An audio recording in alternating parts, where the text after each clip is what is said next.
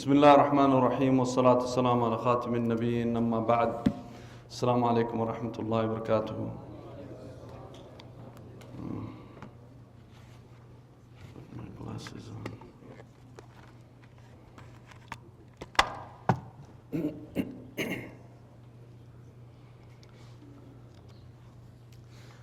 Okay.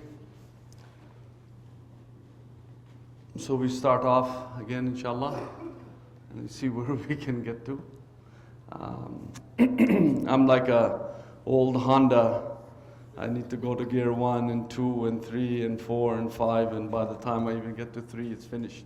I should have like have a shifting, quick shift.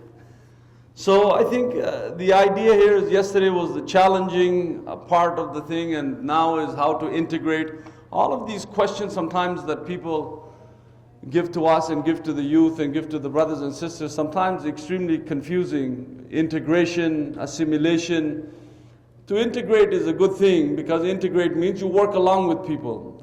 But people usually forget that they usually try to assimilate, where they change their name, Fahim to Fred, Muhammad to Mo. So it's assimilation that is extremely dangerous. Integration, obviously you have to work with people. How else will you mix? How else will you even make da'wah? How else will you actually deal with people unless and until you integrate? And the idea here is, you see, because we're so marginalized, we have to ask ourselves always these questions. You know, like the poster says out there, oh Canada, we are with thee, or something like this, or we integrate into thee, or something. So part of the national anthem, I mean, this whole psyche, the psyche of us Muslims all over the place, it's a marginalized people who actually think like that. And the bathos actually of us has unfortunately have become like that, where we think that, you know, somehow we need to always keep proving ourselves. Nobody else comes out when the Catholic Church has pedophilia all over the place and come and say, okay, we apologize. Or if somebody else does an act of terrorism, there's no condemnation. But for us Muslims, that's all we do. When the Rohingyas are having genocide on top of their heads, no one says anything. You see, we go to these conferences, everyone claps and so on and so forth.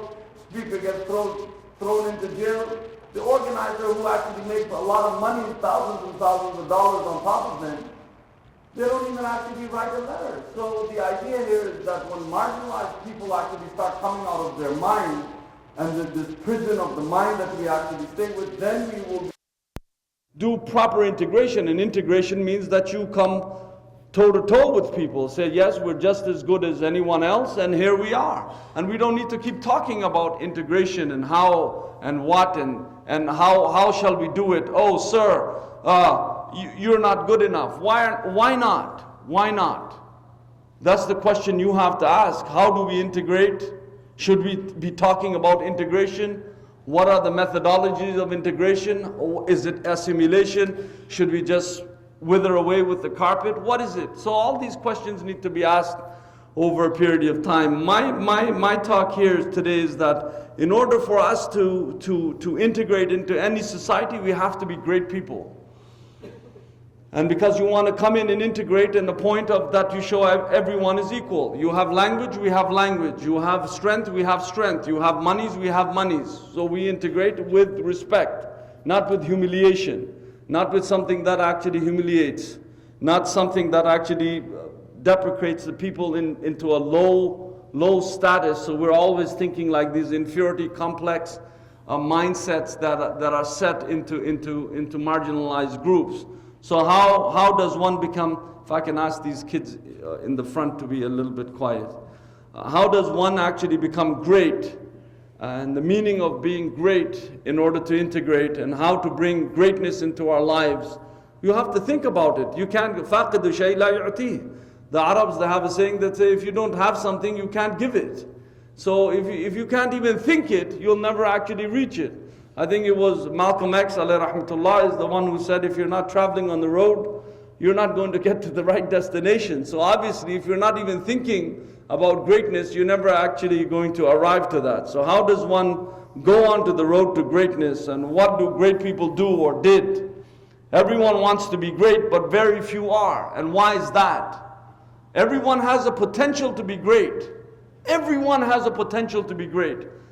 But why are so few great? Why? Is it the drive? Is it the enthusiasm? Is it the self-esteem? What is it that is needed? Great means to be prodigious, to be unlimited.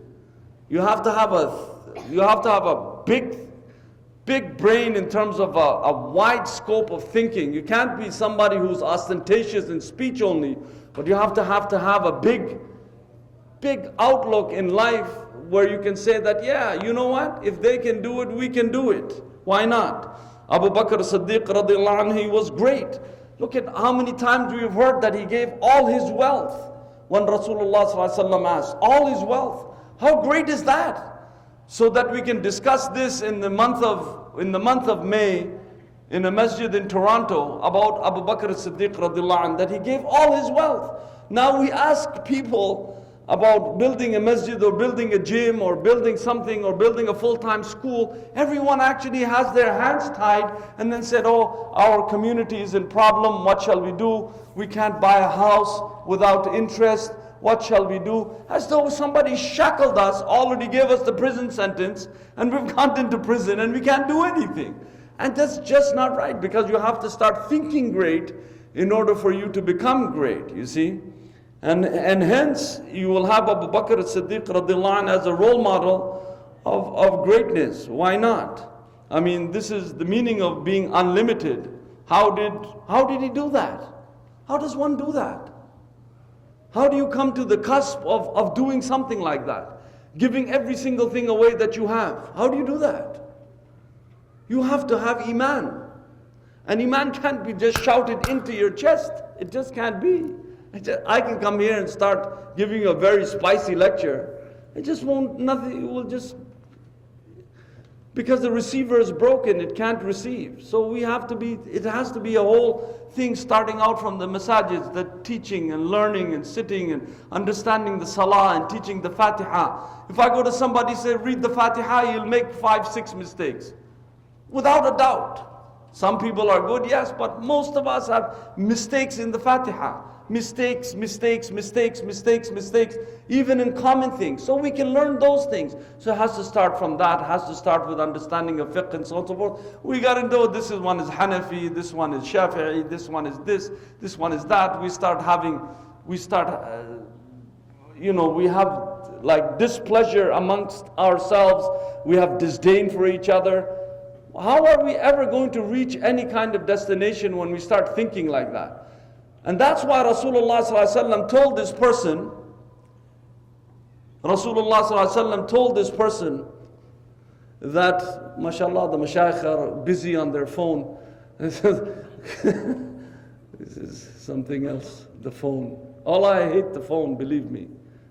I can't really stand it. It really blows my mind. The phone. Where was I?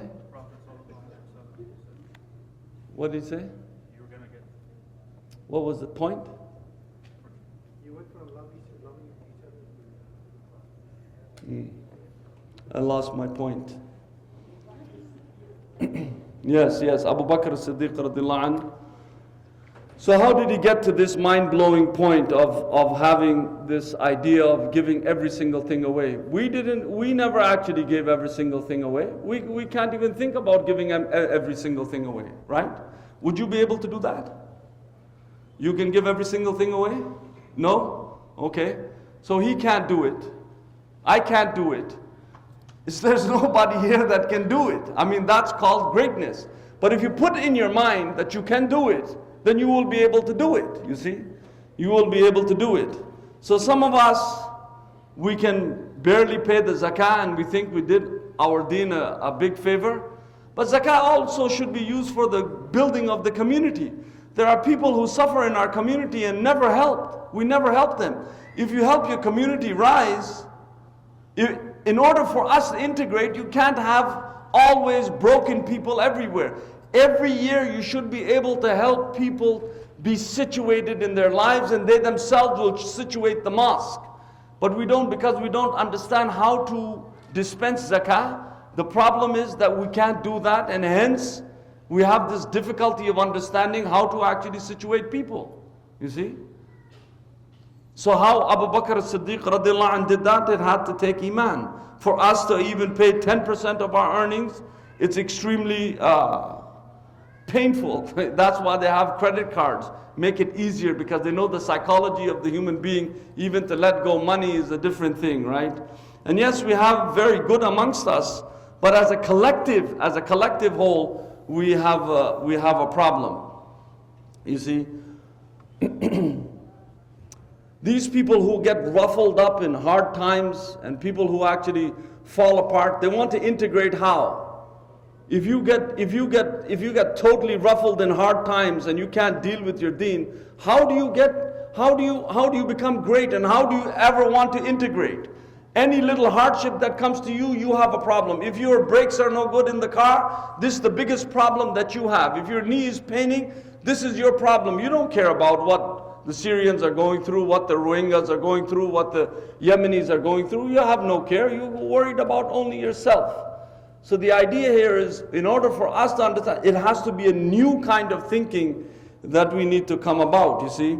Someone once said, I have learned that the greater part of our misery or unhappiness is not determined by our circumstances, but by our disposition. Is how you react. Is how you're going to become people of greatness, and hence integrate with dignity, you see. There's an old sheikh in South America. He said, I tell you how you react. I tell you how you react. He said, my wife used to be always angry, hot-tempered. So one day she lost her scissors. And she said, Hussein, every time you touch things, you lose it. Every time you touch it, you lose it. Every single time you touch it, you lose it. I can't stand the fact you touch it. So she was going to wage a war with him in the house. Maybe some brothers know what it's like, and maybe some sisters also know what it's like. So it was fight time was on. So he told me, he said, look, is how you respond. So I said, then what you did? Did you fight back? He said, no. He said, I hid. I said, where did you hide? He said, under the bed. So she kept looking for him. She said, where are you? Where are you? She wants to fight. So when she found him, so why were you hiding? He said, well, I want you to cool off. She wasn't still cool. So he said, okay, I want to ask you a question. You told me that everything I touch, I lose. He said, how many times I held you in my arms? I never lost you. So she became totally cool. She became totally cool and became, you see, it's your response to the action, right?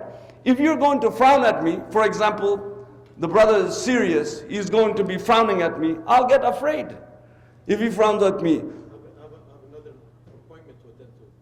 Not WhatsApp or anything. Another program after the East End. Okay. No problem. He's clarifying he's having guilty conscience. What I'm saying is that if he frowns, for an example, if he frowns at me and continues to frown, I may fight with him and he can't take with me, you see. But at the same time, he'll scare me. What will I do with this frown? But it's my reaction to him. Maybe I'll give him a tea and give him some nuqul and give him some of this, you know, some Kabuli palau and so on. He may relax a bit. The response is what you actually will make the difference in the thing. So greatness actually means boldness is in thought. And by the way, just to juxtapose so that put this thing, it's an addiction that we have with telephones. It's not just this brother, not just everyone. It's every one of us has this addiction. So we justify the addiction. You see, the alcoholic always says, I only drink on the weekend.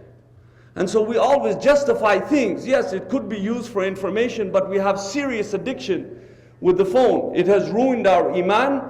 Pornography is on the phone. Every single thing, junk comes through the phone. There's our sisters are being hoodwinked on the phone by unscrupulous brothers, and vice versa. So there's all kinds of things on the phone. So it's a serious addiction that we're facing, and we're not We're not capable at this time to have a mature dialogue on the phone, because what happens to people who are addicts, and most of our have serious addiction, is that right away you will force yourself back and justify. It's always emotional justification for something that we are addicted to. So as a people as a whole, we have serious addiction to these things. And in order for us to also be great and to integrate, we cannot integrate in this fashion. This is called assimilation. Everybody have one, do whatever they're doing as Romans do, and you will be the Romans. And what happened to the Romans? They drank from the same pot where they put it in lead, and they were all dying off, and they didn't know why they were dying off. And now they're saying all these causes of these cancers and so on and so forth are emitting from these cell phones and these Wi-Fi devices and all of these things, continuously cooking yourself and your kids on a continuous basis. Why are they actually dumbing down the gigahertz and so on and so forth and saying, oh, it's lower now? If it was not a problem before, why are they doing it now? You see? So, and hence, we have to actually have a conversation. The narrative is actually not said. We never actually talk about the cons of these things, right? And it needs to be talked about because it's a serious problem. Abu Bakr as-Siddiq radiallahu anh said, going back to the topic, that he said, "O God's servant, you must know whatever you do is destined for a purpose. Whatever you do is destined for a purpose that is hidden from your immediate perception." So whatever you're doing, it's destined for a purpose. And its immediate purpose you don't know, but it's destined for something, you see. And he said, thus, if you can hold to a course of serving Him, meaning Allah subhanahu wa ta'ala, when you meet your death, then do so. Meaning hold on to that course, be stable. Don't be somebody who's capricious. You're good in front of people, you're doing wrong things when you're alone. So hold that course. Though you can only do that if God wills. If Allah subhanahu wa ta'ala wills. Meaning even the course that you're holding, it is only by the will of Allah subhanahu wa ta'ala. Thus, he said, vie in such pursuits before your term expires and before you become answerable for your failures. So do the good things. And one of the narrations that you stop. If you're doing something wrong, stop it. And if you're doing something right, and if you think it's good, continue with it. Why do we do the opposite of it?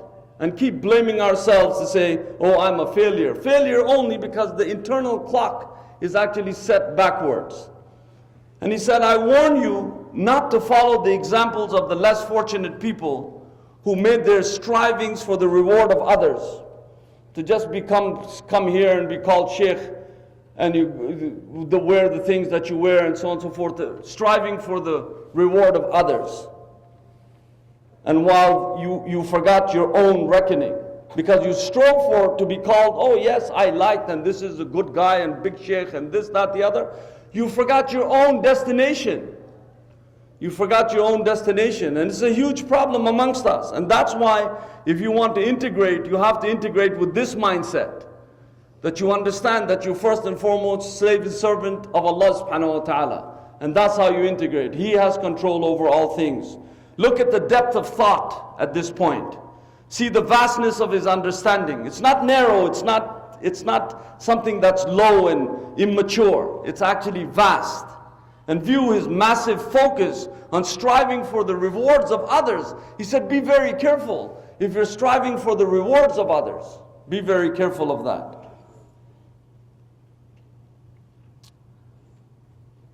And hence, if we actually, Allah subhanahu wa ta'ala also, yusari'u, go towards these kind of rewards, run towards good things, taharraru, all of these kind of appellages that Allah subhanahu wa ta'ala has put into the Quran itself has given the idea that we are supposed to run towards the hereafter. La tansa, don't forget. Nasibaka min ad-dunya. Don't forget whatever your nasib is from this life. But have this intense yearning for the hereafter. Great means extensive, magnificent, majestic, dominant. Imam Malik was such. He said to Harun al-Rashid, he said, it's been reported to me that Umar radiallahu anh, in spite of all his excellence and position, would blow for the fire, blow for the people on the ashes of the fire under the pots until the smoke came from his beard. People are pleased with you doing much less than that. He's telling a ruler who can actually decapitate him, telling him, you know, we know of this great man who used to do such and such, and look at you, meaning this is the comparison, you understand?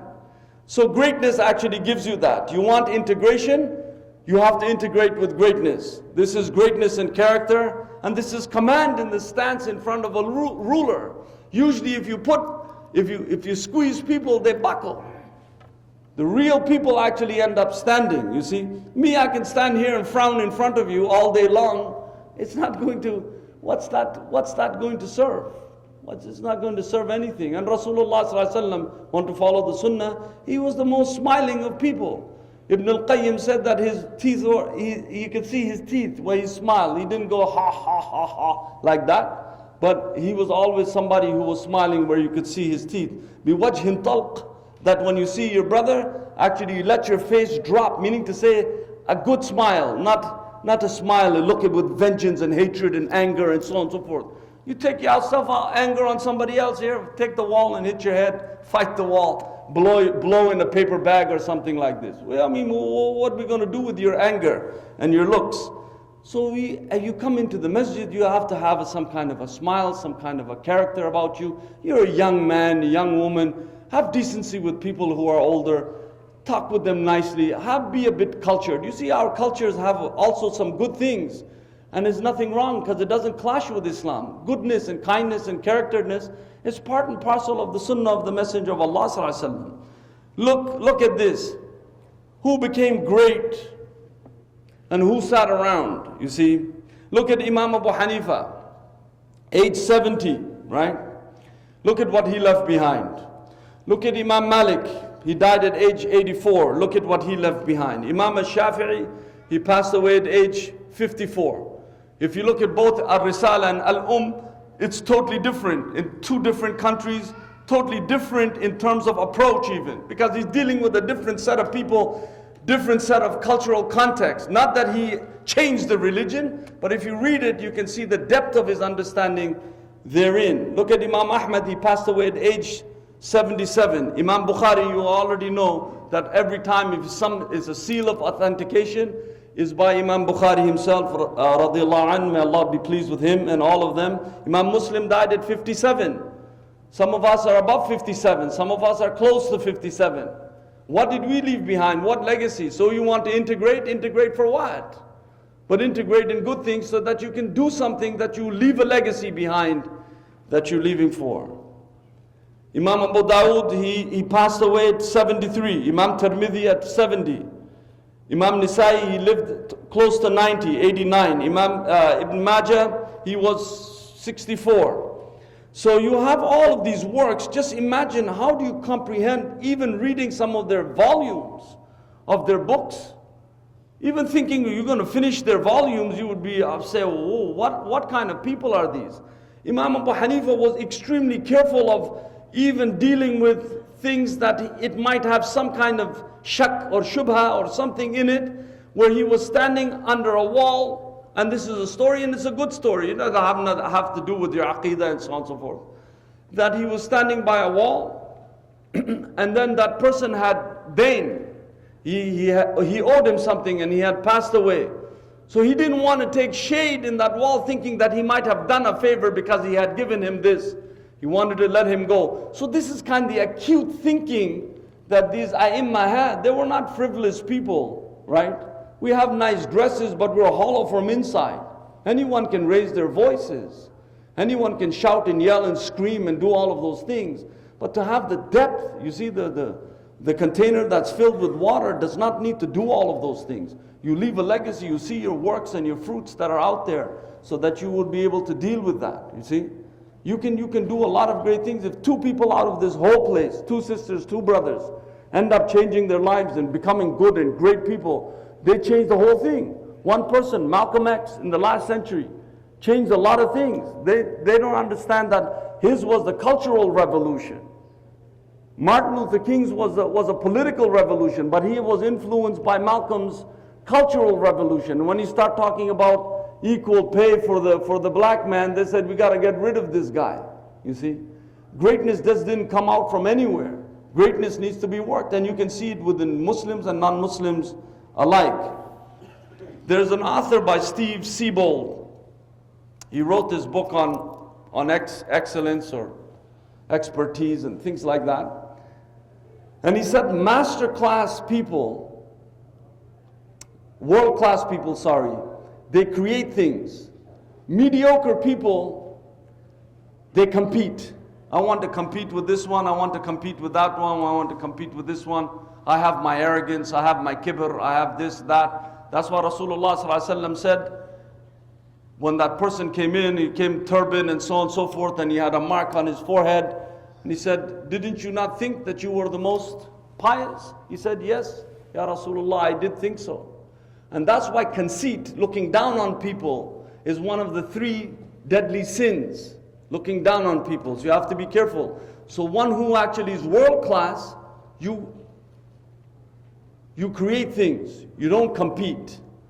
One who is world class is comfortable at being uncomfortable. One who is world class is comfortable at being uncomfortable. When you're mediocre class, you love to be comfortable. Everything about you is comfort. My house, my sofa, my car, my this, my that. Oh, I'm sitting on these hard chairs. Oh, I don't like it. My comfort, in order for me to come out, I'd rather be watching a video, texting my friends and doing all of these things. So you're mediocre class, you see. And then he said that growth for safety, mediocre people do that. They grow for safety. World-class people, they sacrifice their safety for growth. Mediocre people, they actually focus on having. World-class people focus on being.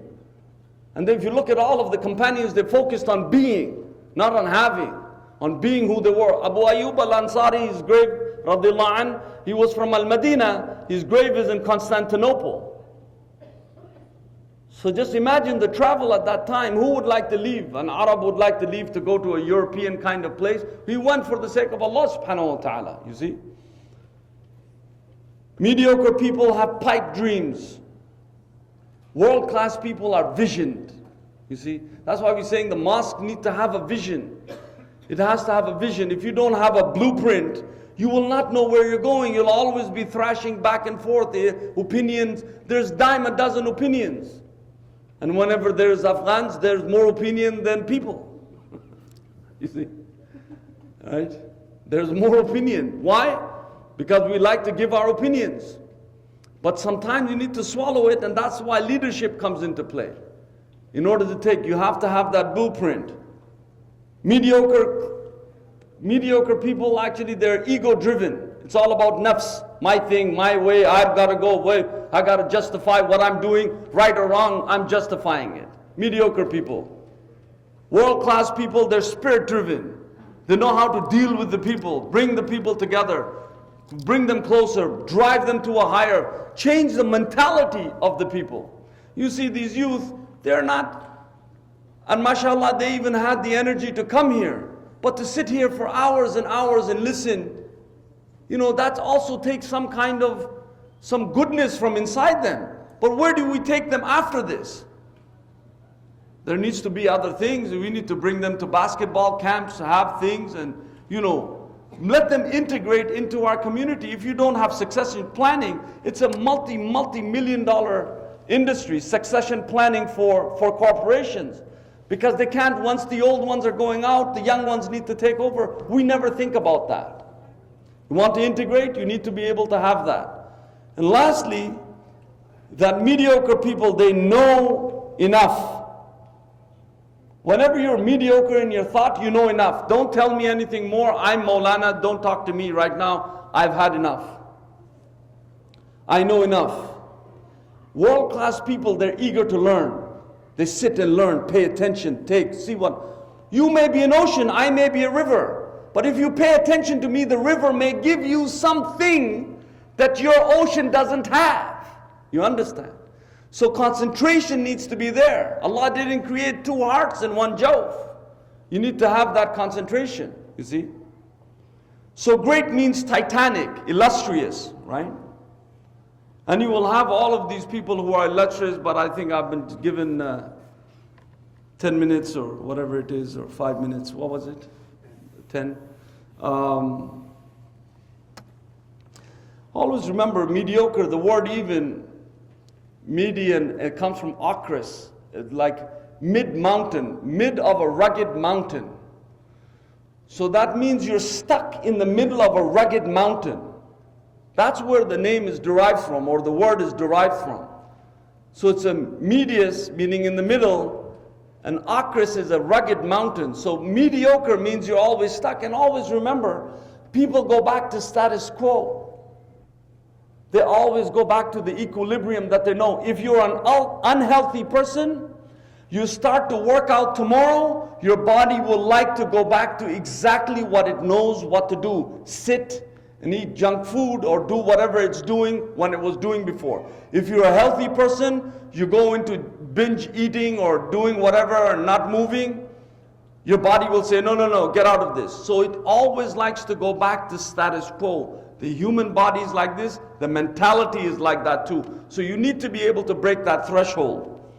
So very quickly, inshallah, how can you be great in order to integrate is some of my ideas that I put forward, inshallah, 18 of them very quickly. Number one, you need to be able to change your thinking. You see, Imam Abu Hanifa, he told his companion or his student, which was really his companion and student also, he said, since when did you become a raisin before you were a grape? Because the grape is big and juicy, but the raisin actually goes through a process of losing its fluids, but it's cooked in the sun and it becomes mature, you see. So you can't be a raisin before you become a grape. You're a grape first, and you have to be able to mature and go through the rigors of knowing and doing things. Part of our problems is that we put up everywhere we go, okay brother, come talk to us. No, not everyone should actually come talk to us. I have to have people who are level-headed. Our community is messed up. We don't know what we're doing. We're going right, left, where are we going? We don't know where we're going. So we need to be able to change our thinking for the better. Second, increase your capacity. If you want to integrate in a good way, people don't like people who don't have capacity. Rather than doing 2 things in one day, mark yourself to do 10 things, and you may do 7. But if you mark yourself to do 2 things, you will do 1. So you need to change your capacity to do things. If you look at, if you had time, if you look at the lives of the companions, and obviously the Prophet ﷺ, the capacity was great. They used to do a lot of things in one day. Abu Bakr Siddiq radiallahu anh went to the poor. He fed the old lady. He came out in the morning at Fajr. He went and fed the orphans and so on and so forth. And when he came, he did all of these things before even the sun had come to the meridian. Why? Because of capacity. So we need to be able to increase our capacity. Third, be willing to do hard work. There's nothing like hard work. Talk, yes, that's good. But from talking, you have to be able to put in hard work. Nothing like hard work. In order to move these chairs, you have to be able to move them. You have to be able to get people together and so on and so forth. Nothing like hard work. MashaAllah, Ajmal, he works hard. You know, I like his Burberry thobe. It shocks me every time I see it, but it's very nice. So it has a little style and flair. So he works hard. You can't fault him at that. Kama kitundas, you know, no problem. But he works hard, you see. He may be a little bit chaffing, but so somebody who's working hard, you can say no problem. But somebody who's not pulling his weight, I don't want to see your tunness, get it? Your sharpness or your hardness, I don't want to see that. So working hard is very important. Work hard. If you're on any kind of sites and typing things and so on and so forth, Why don't you learn how to type properly? Why don't you learn how to speak properly? Why don't you learn how to write properly? You see? Okay, 5 minutes. 4, that you leave your comfort zone. In order to come here, you left your comfort zone. In order to come from Afghanistan, you left your comfort zone. In order for somebody to come from Bangladesh to come and study in Ryerson, they had to leave their comfort zone. So you have to be able to leave your comfort zone if you want greatness and you want to have good integration. Meaning if you want to work within community. 5 is that you put time and effort in whatever you're doing. You cannot, because a brother said, I want to do this, he's putting no time and effort. I want to know how to read properly, you don't put time and effort. I want to know how to write properly, you don't want to put time and effort. And you should be 10 times better than the average Joe. Why? Because you want to carry yourself. You want integration, you should actually, they should say, oh, this guy is very good. Practicing Muslim, he's honest, he's this, he's that. Look at his writing, look at his manners, look at this. This person should be really somebody that other people look at. That's part and parcel of da'wah. Da'wah is not just empty talk, not just the way we look. Actually, they have disdain for the way we dress and look. But if you meet with somebody, intermingle with somebody and show kindness and show greatness, then they understand, you know what? I like this dress now because I've seen goodness from this dress, right? So leave your comfort zone. 5, put time and effort. 6, watch for details. Somebody who doesn't watch for details, this person will not be good at anything. You need to be able to watch for details. You can't be just a generalization kind of a person. Watch for details. 7, that give yourself positive programming. Give yourself positive you know these haircuts our youth have, a Boeing 707 can land on it, you understand? A lot of things, like they fought with the lawnmower, the sides gone, the eyebrows gone, all of this. I've worked within the penitentiary, right? And I've done it for so many years. And really, so for myself, you know, when you get a hard look and so on and so forth, I know what it is when you see somebody stabbed 47 times, 84 times, and so on and so forth. You understand hard looks after that. So you have to be able to do what? All these haircuts and all of these things that you have to be able to see, okay, how do I positively program myself? Because it's an identity crisis that you're going through. I will be able to do this. Yes, you can. Sometimes people, this is how you do it. I'll give you a good trick. Anybody who's smoking, do this. And believe me, you will leave smoking in 2 weeks. And this is the best way you do it. You say to yourself, I never smoke. I hate smoking. I don't smoke.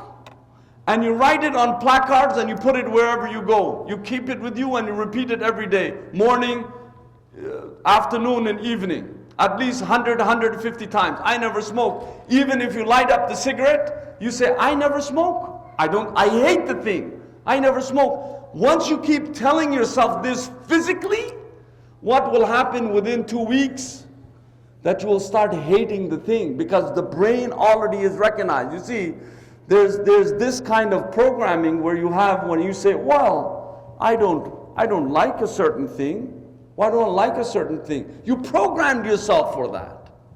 So you have to reprogram. So in order for you to beat it, you have to tell yourself. So if you want to do great things, just write on the mirror and say, I have to do great things. What are they? Quantify it. I want to memorize the Quran. Why not? Tell yourself. Oh, me? Memorizing the Quran is easy. Tell yourself this 50, 100 times a day. And watch how your brain will take it. Because if you say, brother, can you do that?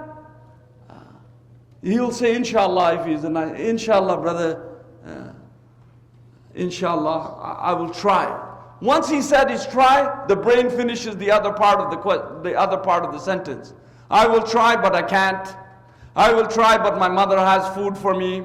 I will try, I'm too lazy. I will try, I have to see my computer. I will try, I'm stuck on my phone. I will try.